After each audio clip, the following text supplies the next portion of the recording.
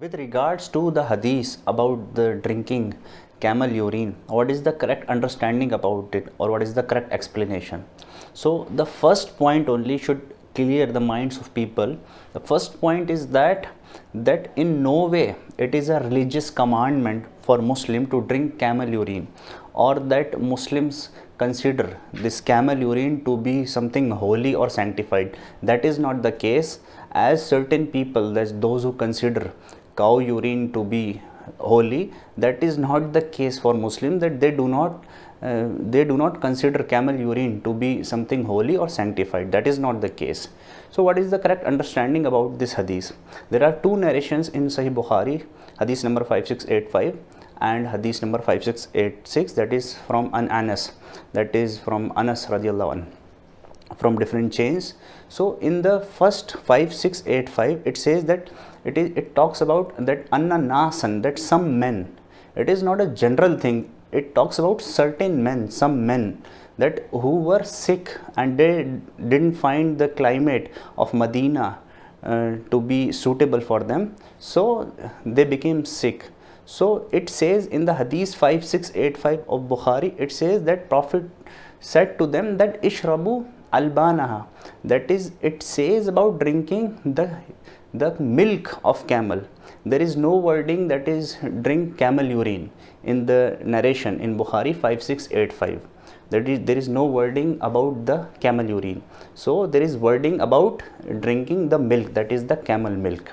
So Prophet said to them that drink the milk, ishrabu albanaha, the camel milk, and that they became healthy afterwards. In 5686 this word camel urine is there, that is drink the milk is also there and urine is also there, that is drink camel milk and urine, and then they became healthy. That is the narration in 5686. So there is change of wordings also.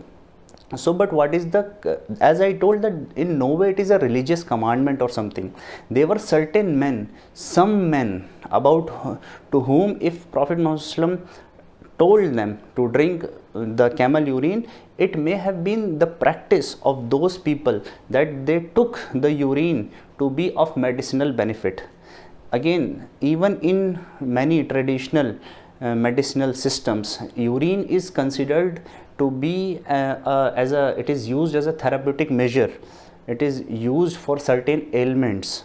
Even in Indian traditional medicinal system, this urine is considered to be therapeutic. It has so in certain these traditional medicinal systems, they consider the urine as a therapeutic aid. So that is the case. So it might have been similar case there.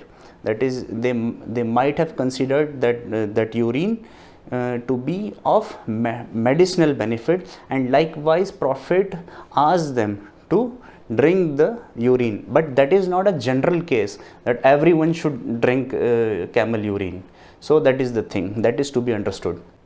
And another point which is to be understood about medicines, see, there was a particular system of medicine during Prophet Muhammad's time, that they had, see, it's not like today's medicine. They had the own system of medicine. They were using the things for therapeutic purposes, different substances or different measures they were taking. That's why it's mentioned in the hadith of Bukhari, hadith number 5704, that Prophet said, in kana fi shay'in min adwiyatikum shifa'un, that Prophet said min adwiyatikum, that if there is any healing from your medicine, Prophet is talking about the established medicine of that time, the measures they were taking for therapeutic purposes, or what they were using as medicine to heal. So Prophet said min adwiyatikum, that is from your medicine.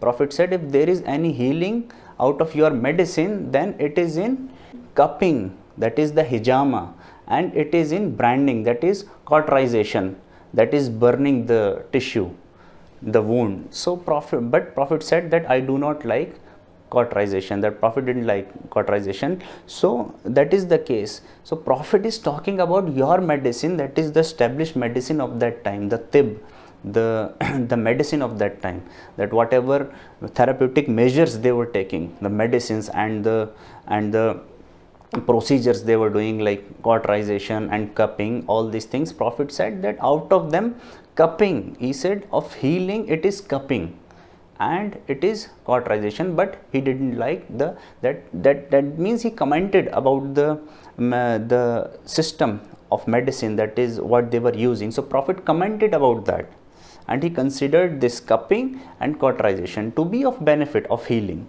So before the advent of antibiotics, this cauterization was used to close the wounds and to prevent blood loss. So cauterization was used, and to close the amputated wounds, so the cauterization was used for that purpose. Even now in modern medicine there is use of electrocautery, also chemical cauterization for warts and for nose bleed, etc. So even now, even in today's times, cautery has been used in certain ailments. So that is the thing. But to say that drinking camel urine is something religious, that is not the case, or it is a commandment, that is not the case, which I have already explained.